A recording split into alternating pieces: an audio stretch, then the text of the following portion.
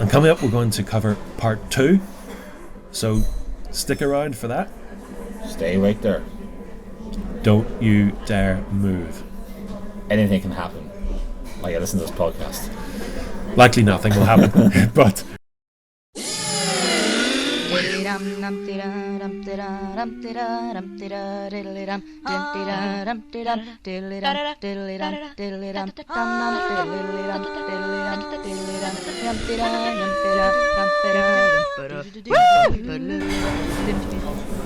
And so now we're going to move on to episode 2 and the conclusion of this particular story of Spyfall.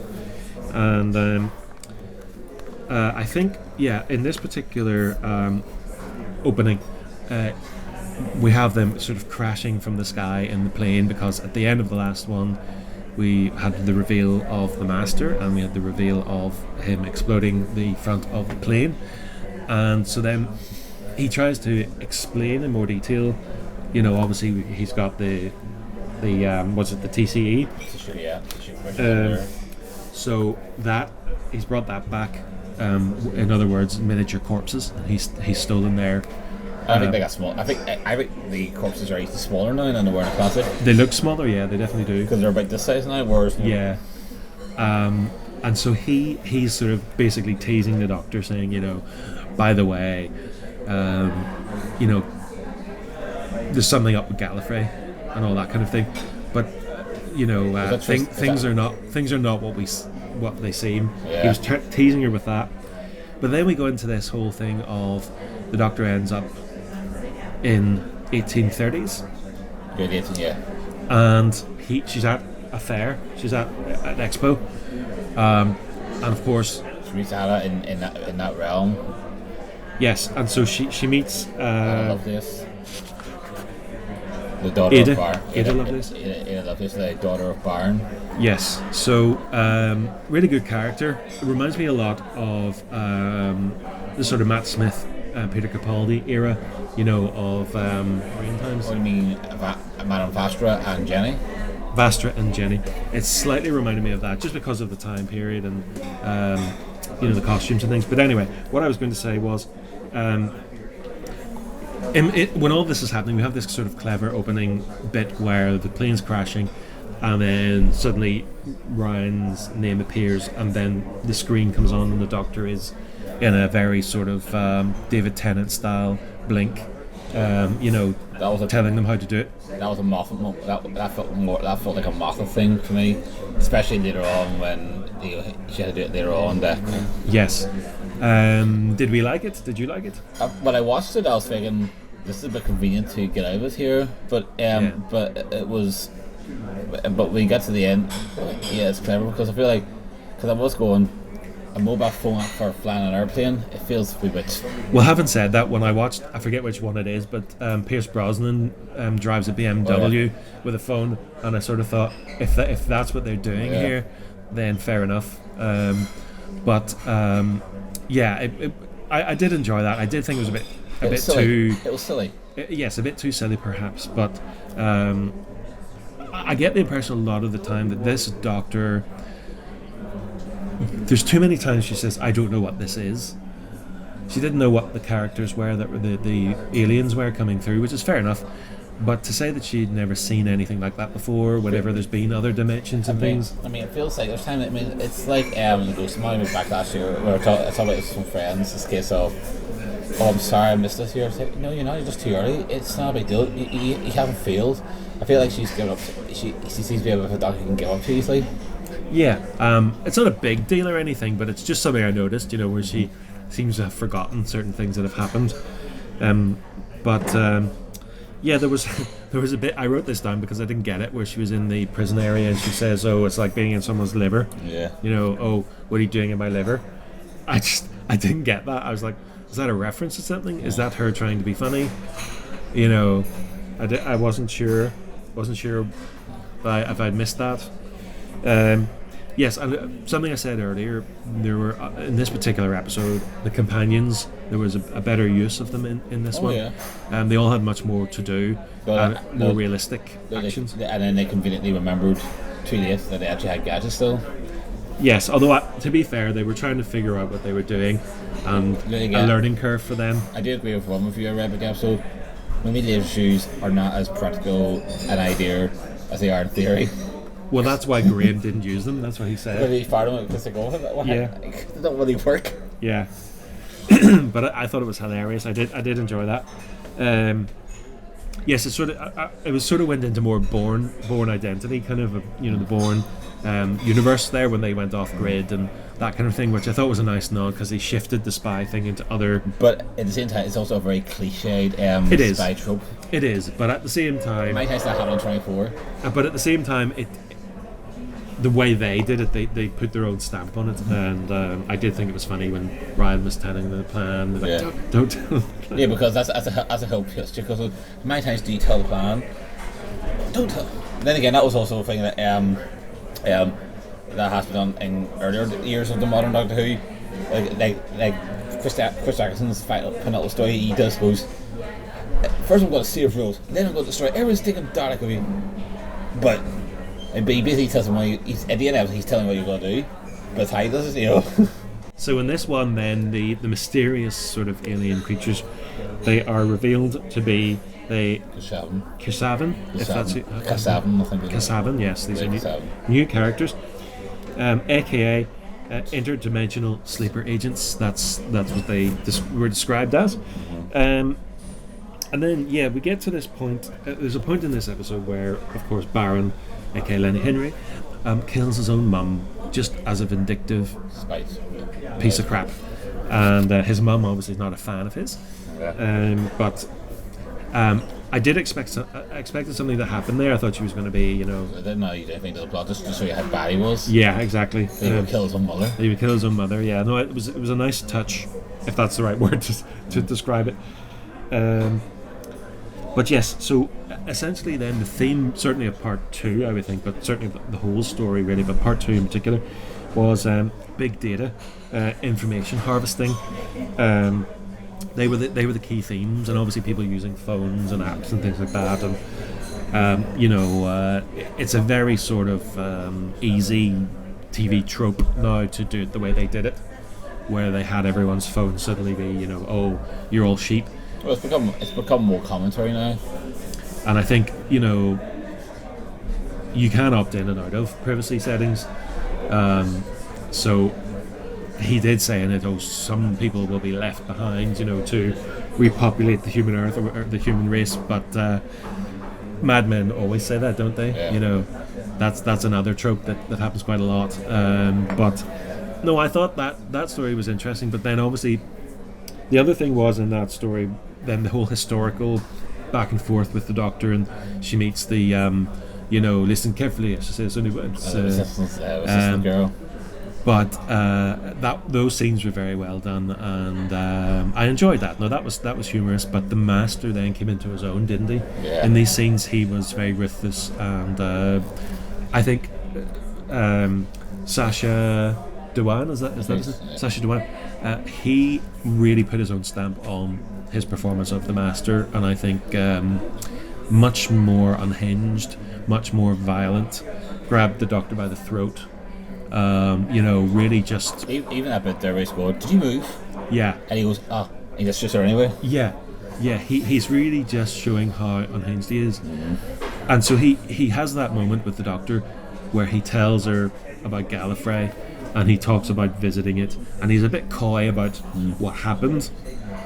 He's trying to provoke her, and then she goes back, and then we see, and then he has that sort of holographic projection where he admitted that he had learned something so disgusting to him, so horrifying to him, that he torched the planet. And there's something I remember from a few years ago when Sylvester McCoy was the Doctor and the series ended. There's no real means for me to find out information, but when the DVDs came out, and since then on the internet, and I follow Andrew Cartmel on Twitter, and he had his own sort of ideas about what he wanted to do with Sylvester McCoy's Doctor, and one of the things that I gather he was trying to do, didn't get to do it in the end, was to have some major shift in the Gallifrey hierarchy or mythology. He wanted to do something different. I mean, I know one of the things he had was going to be that there was someone implying in those days that the Doctor was there with Rassilon at No Omega. The time they was actually older than he was. And then there's that story Longbarrow, which was kind of explaining about how Time Lords were birthing, which never happened, didn't it? Which, you know, they were. What was that? Sorry. Longbarrow. It's kind of like where they're kind of grown and engineered or something. Right. Okay. Interesting. Yeah. So. But I think there was another rumor. You see that said that that this series there was going to be the Timeless Child thing, which came along, and we had a bit of a flashback to it, where they were going to maybe say that the regenerations were not all male, or that wasn't all of them, or there's bits missing, or so the worry there is it's exciting, you know. It's like, yes, this is going to be interesting to see, but what I worry about as a fan, and what a lot of people do, is the same with Star Wars or any of those things. When they bring them back under a new ownership, are they going to ruin the history of the show, the legacy of what's happened? Yeah. If you're going to be original by all means, but I worry, I get nervous when people start tampering with the entire mythology of a show. Yeah, because I have no problems with things being shaken up, but what annoys me is if you ignore the past or completely piss on it. That's what annoys me.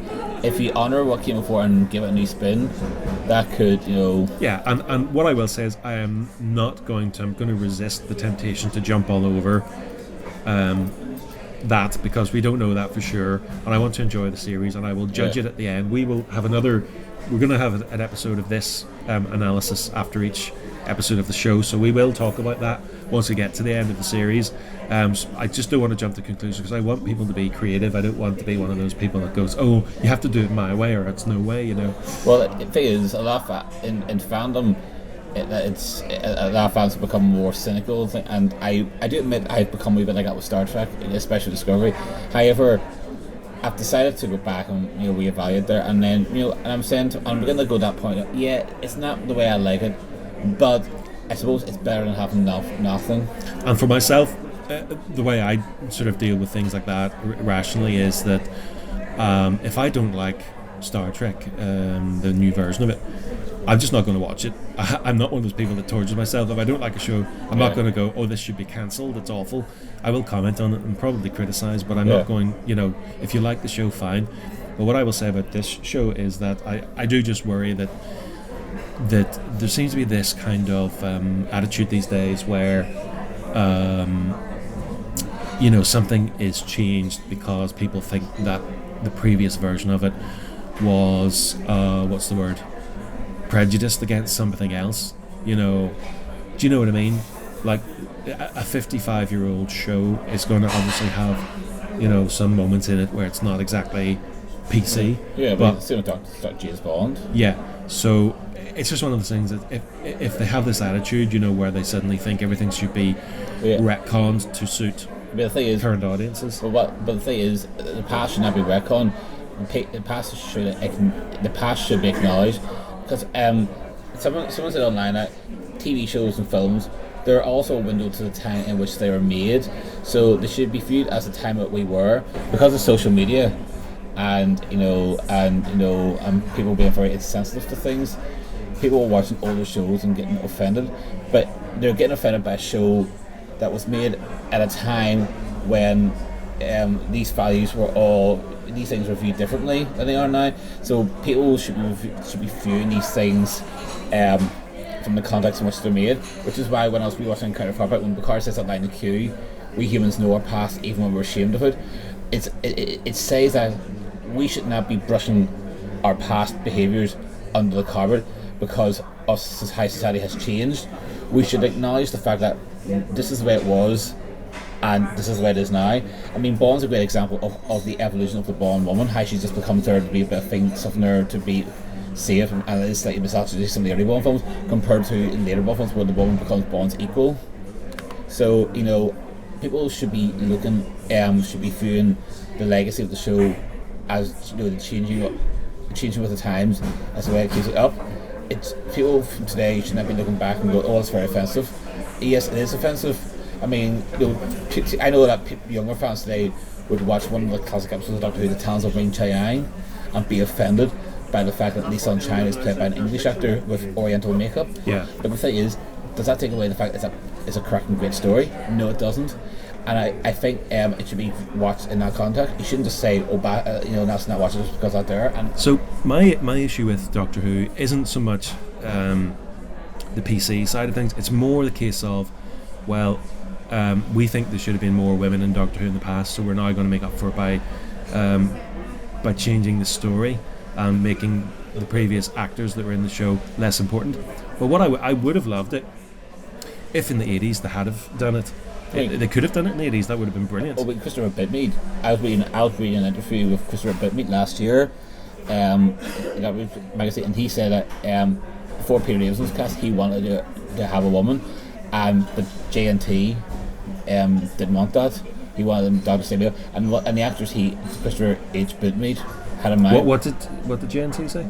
JNT was against. He wanted to keep it with Neill. He was against the idea of a Doctor being a woman, but Christopher H. Bidmead said he would have cast Hal Mirren in the role. Christopher Hamilton Bidmead, as he prefers to be known. Because he can't have a widescreen now. But what I was going to say was... the way the widescreen is now, you can have his whole name on there. I think the reason why JNT didn't want it wasn't so much that he didn't want it, more the BBC wouldn't have allowed... he was trying to keep the show going at the time, so everything he was doing was for the sake of the show. So I think in that sense he probably lost out, but there were so many actors in the 80s, female actresses that would have been great Doctor. Hal Mirren was the one that looks at. I think Hal Mirren would be a great Doctor. Oh yeah, she would have been. I mean, you think of any actress that was around in the 80s that was on British TV, that was popular, would have been a great Doctor. No, in those days, I would have.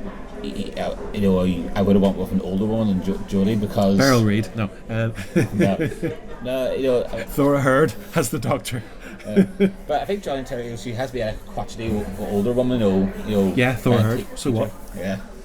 If you've ever seen Last of the Summer Wine, the character that she plays in that would have been a brilliant Doctor, actually. But anyway, so just let's see. Yeah, I think discuss that. there is some people who are criticising Doctor Who for being more agenda filled, deal with issues. But when we look back at some of Malcolm Hulke's stories in the John Perrier, he was and Bardas and producer, they were dealing with issues as well. I mean, The Green Death, one of the classics of the John Perrier, is dealing with talking about pollution as well. I think the Doctor has just embraced the fact that she's a woman in this and are therefore the best. The Doctor always thinks that he or she is the best in that moment, so I just try not to read into everything in the show and try and get upset about this. Oh, they said this, or they're doing that.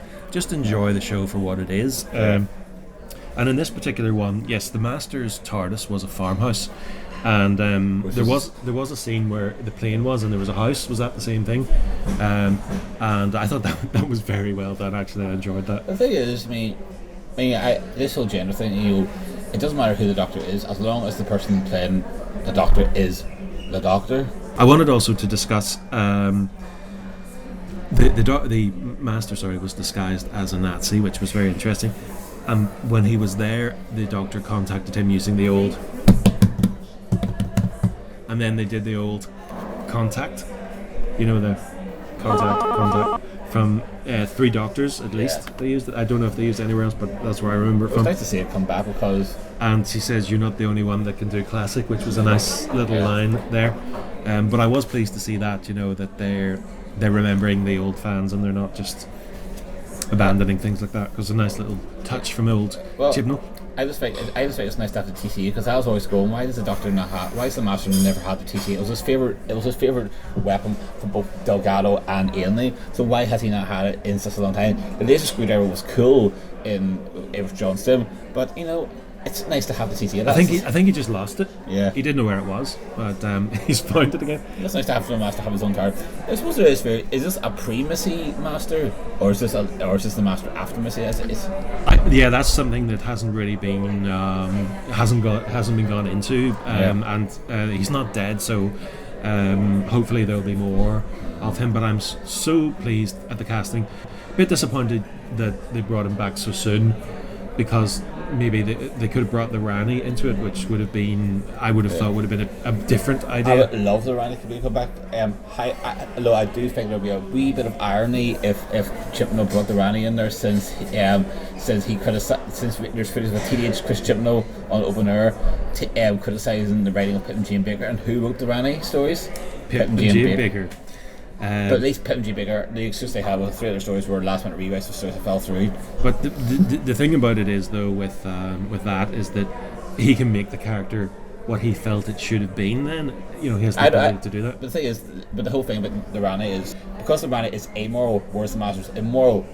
She would just be more dispassionate with people, because I don't care about you whatsoever. Just all she cared about is the exam, so she'd be more amoral. So yes. It would be fun to play that out. And who do you think would be good as a modern Rani? Well, I did listen to an audio where Siobhan Redmond, who played a new incarnation of the Rani. Kira Mara was posted, but she died. Right. But I suppose someone like Stephanie Beecham would be good as a Rani. But actually, they should go more. No, you have to think this is new Who, so they're going to want someone, probably Amanda Redmond or something. Maybe they're going to want somebody younger. I don't want too young. They're going to want somebody. I'm trying to think of someone offhand that might even. I don't even know if I know of anyone that would do, but Tasman Outfit probably. I suppose somebody like that, Yeah. But or what do you call it, Emilia Fox? Yes, she might be a very good shout. I think Emilia Fox would be a good choice. Emilia Fox would be a very good shout. Yeah. Claire Goose. Yeah, all of those people would be great. Any former cast members from Casualty we can think of? Nah. Well, I don't watch Casualty really, but I do know those people you mentioned. Or even Anna Friel would be good. Yeah, Anna Friel. Anyone like that would be brilliant. But yes, so let's just go back to the bit about Gallifrey and to sort of finish it off, really. But the stunning shots of Gallifrey, stunning. Yeah. Even though it was only a short period, and a little bit of music. Yeah, brought back the last time Peter Cavalli's Doctor was there. Yeah, it was, and the Doctor looked shocked. Are we going to see Jodie Whittaker rage face Jodie? Yeah, well, I'd like to see her get more range as a Doctor. I mean, she has the potential to become a great Doctor, but I don't think she's been given the range yet. So it would be exciting to see her given that range, because that's what I think was really needed. I mean, at the moment she's not my favourite Doctor, but she has potential to become a great Doctor. I think so, and I look forward to seeing more. The difference between this year and last year is that the Resolution, which was the Dalek episode for New Year's, was a vast improvement on the whole series, and these 2 episodes are a vast improvement on that episode. So to me that says that they're listening to what the fans have to say, the viewers, and they're being more creative, which is the important thing. They're being more creative, and they're making it exciting to watch, because the problem is people enjoy episodic TV to a point, but they do invest more in these stories that are built up over the show, built up over the series, and then pay off later on. Oh yeah. And I think there's a lot of that going to happen this year. I like the idea of an ongoing arc, but I like standalone episodes in between, because don't get me wrong, each episode being a chapter and an ongoing story, it's good, but it makes it less. It makes it more frustrating if you miss an episode. Yes, you can't judge an episode individually. Yes. As a result. Yeah. Well, I think we've summed up the 2 episodes, given our opinions on them, and the only thing left to say is thank you very much for joining us on this very special you. episode, and we'll be doing more of these. So every week we'll be doing a sort of a summary of the episodes, and thank you for joining us. All the details will be in the description up, and we'll put on the screen our own individual websites. And don't forget to keep an eye on the Schmat website for updates on the next podcast. And you can go there and watch our back catalogue, listen to our previous ones. I will also add that we are going to do regular audio only stuff as well. We're just doing these video ones for the Doctor Who stuff at the moment. It's just a little experiment. But we will be doing our normal audio-only podcast as well. So, as I say, check for that. Check our YouTube. And if you've enjoyed watching this and listening to us, you know what you have to do. Like and subscribe. I think perhaps I want to put you in the picture. Right. Contact. Contact.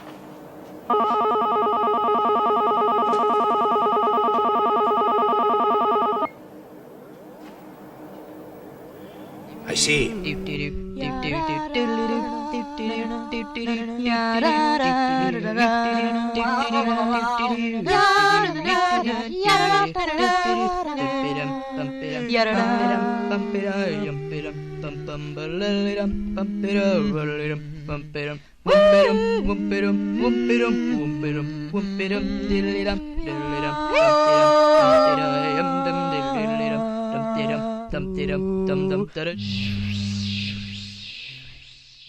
And just general silliness, you know the score. It's, if you like the stuff, you're going to listen to it. If you don't, you can shove it.